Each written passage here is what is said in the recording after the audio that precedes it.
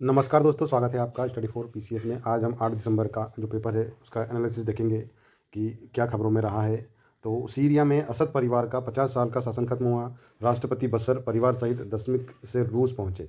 जी हाँ, इन्होंने अपना देश छोड़ दिया है। यहाँ पे विद्रोहियों ने जो अपना आतंक मचाया है, इसकी वजह से इन्होंने अपना देश सीरिया छोड़ दिया है। यहाँ से आपको 2-3 चीज़ें याद रखना है। सबसे पहले आपसे यहाँ पूछा जा सकता है कि जो सीरिया है इसकी कैपिटल क्या है। तो सीरिया की जो राजधानी है क्या है, ये लिखिए यहाँ पे दमिश्क जो इसकी कैपिटल से है, याद रखें। और यहाँ के राष्ट्रपति का नाम आपसे पूछा जा सकता है, क्योंकि हाल ही में ये खबरों में है। तो यहाँ के जो राष्ट्रपति है का नाम है बशर अल असद, ये याद रखें। बशर अल असद यहाँ के राष्ट्रपति हैं। देख सकते हैं, ये इनका फ़ोटो है। लंबे समय से ये यहाँ पे अपना शासन कर रहे थे। तो लगभग 50 साल का शासन रहा है इनके परिवार का, जो कि ख़त्म हो गया है और ये भाग कर रूस चले गए हैं। तो ये जानकारी यहाँ पे आप मोटे तौर पे याद रखें कि असद के तख्ता पलट पर खुशियाँ मनाते सीरियाई, जो सीरिया के लोग हैं वो खुशियाँ मना रहे हैं। विद्रोहियों का राजधानी दमिश्क पर कब्जा। सीरिया प्रधानमंत्री मोहम्मद गाजी जलाली ने एक वीडियो बयान जारी कर कहा कि वे शासन की बागडोर शांतिपूर्ण तरीके से विपक्ष को सौंपने के लिए तैयार हैं। ये चीज़ याद रख सकते हैं आप। ठीक है दोस्तों, अब हम अगली खबर देख सकते हैं। जो असद की जो सत्ता रही है 11 दिनों में विद्रोहियों ने पलटा।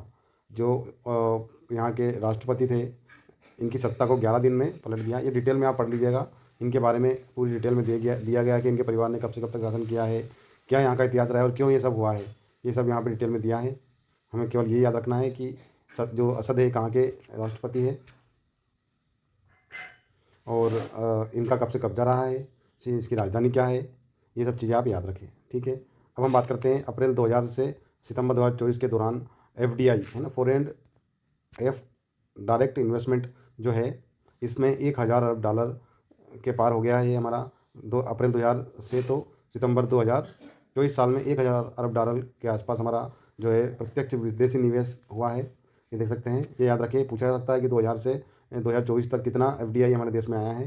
तो 1000 अरब डॉलर बहुत बड़ी रकम होती है। बात दोस्तों, भारत में प्रत्यक्ष विदेशी निवेश प्रवाह अप्रैल 2000 से सितंबर 2024 के दौरान 1000 अरब अमेरिकी डॉलर को पार कर गया है। इससे वैश्विक स्तर पर एक सुरक्षित और प्रमुख निवेश गंतव्य के रूप में देश की प्रतिष्ठा को मान्यता मिली है। जी हाँ, मतलब इसका ये हुआ कि जिस देश में जितना अधिक एफडीआई आता है उस देश में इन्वायरमेंट उतना ही अच्छा है व्यापार के लिए।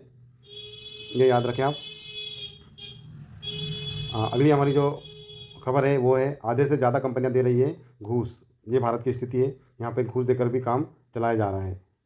ठीक है दोस्तों, अगली जो खबर है, सूर्य के कोरोना व सौर वायु को समझने में मदद मिलेगी प्रोबो 3 से। ये किसका है, याद रखें। ये किसका है, ये किसका जो है मिशन है। तो भारतीय अंतरिक्ष अनुसंधान इसरो ने एक पूर्व वैज्ञानिक ने कहा कि यूरोपीय अंतरिक्ष एजेंसी के प्रोबा 3 उपग्रहों का इसरो के PSLV सी, यहाँ पे याद रखना है कि जो प्रोबो 3 ये किसका है, ये याद रखें आप। ये किस देश का है, तो ये याद रखें। ये यूरोपीय स्पेस एजेंसी का है, जिसका नाम है प्रोबो 3। इसको क्यों छोड़ा गया है, ये रॉकेट का इसरो ने सफल प्रक्षेपण किया है अपने PSLV C59 रॉकेट से।